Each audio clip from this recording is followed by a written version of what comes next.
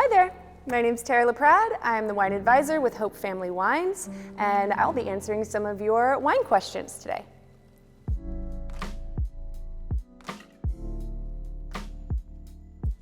So first question for the day is, what temperature should I store my red and white wines? I want to dive into cellar temperature versus serving temperature, right? So for me, I prefer a slight chill on my reds, so we're going to get into that.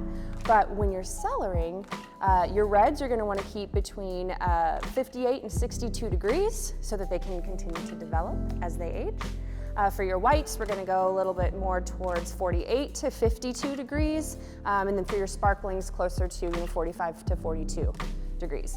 Now, serving temperature. For me, for us at Hope Family Wines, we like to serve our reds a little chilled, and so a little chiller than cellar temperature. So what we do, and good rule of thumb, and what I do at home, is take my reds from my cellar temperature, from wherever I'm storing my wine, and we'll get into that too, and I'll put it in the regular refrigerator for about 20 minutes before then I pull it out and pull the cork.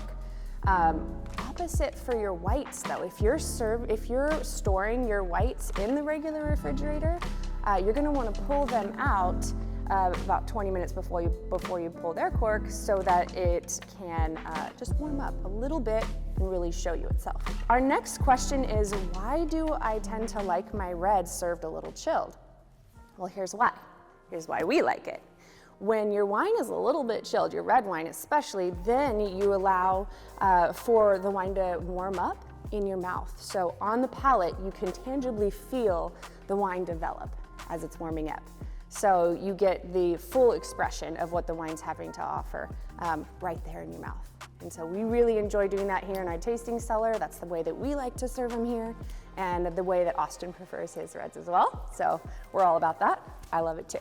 We get a question a lot, so this is going to be our third question. How should I store my wines? So we talked about the temperature, your cellar temperature, but how should I be storing them? On their sides. We'll start there. You definitely want to store your bottles laying down. The most important thing, and the reason why we do that, is so that the wine is always in contact with the cork. So you've got a porous cork, right? So if the wine isn't in contact with the cork and keeping it moist, then it dries out and those pores open up, and then oxygen gets in and it will spoil your wine. So we want to make sure that we keep the cork nice and tight, those pores nice and tight, so we're not allowing too much oxygen in. There's always a little bit of oxygen that gets in, but that's what allows for the wine to develop. So make sure that they're stored on their side, and then every 6 months or so, you're going to want to rotate your bottles as well. That's always just kind of fun. You know, when you're doing your inventory, just make sure you're just turning them a little bit. Another question is, how long can I age my wines, or how long can I store my wines? And I tell people this all the time. Who knows? Because first thing, it's up to you. How do you really like to drink your wine? I mean, one of the most common questions that we get in our tasting cellar is, how long can I lay this down, right? And Austin's response, which has always stuck with me, is another question to them. Well, how do you like to drink your wine? A lot of us New World wine drinkers, we like that big, juicy, fruit-forward, big structure, almost punch you in your face, kind of, big wines. So drink them young. You know, a lot of people love the idea of cellaring wine, but they don't actually like the flavor of aged wines. So it's really up to you, and every winemaker makes their wines with a different intention as well.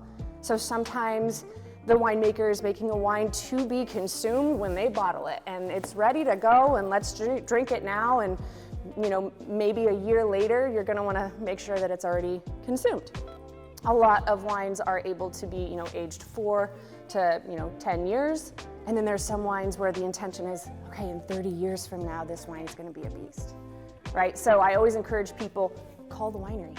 If you receive a wine and you're like, oh, I really feel like I should be able to age this wine, talk to someone that works there, that knows what they're talking about, and see what they suggest. And typically there's going to be a sweet spot. For a lot of our wines, 4 to 7 years, 7 to 12 years on some of the estate wines is this nice sweet spot. Our last question today is, how long can I keep a bottle after I've opened it? So really, your red wines and your white wines are different.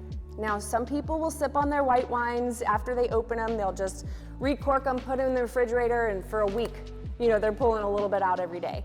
For me, white wines, day of, right? I feel like once they lose their acid, they kind of fall flat in the fridge, and for me, I like that kind of vibrancy.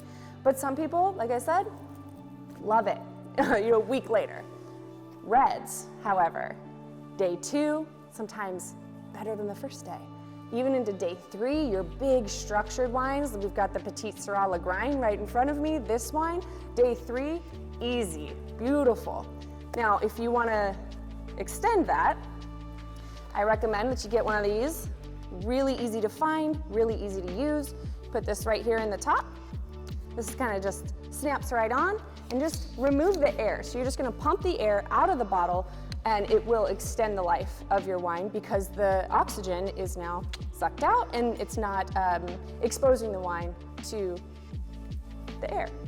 And then going bad, falling flat, all kinds of yuckiness that happens there. So we like to keep it fresh. It will then last, I'd say, 4 to 5 days, maybe extend it like an extra day or a day and a half.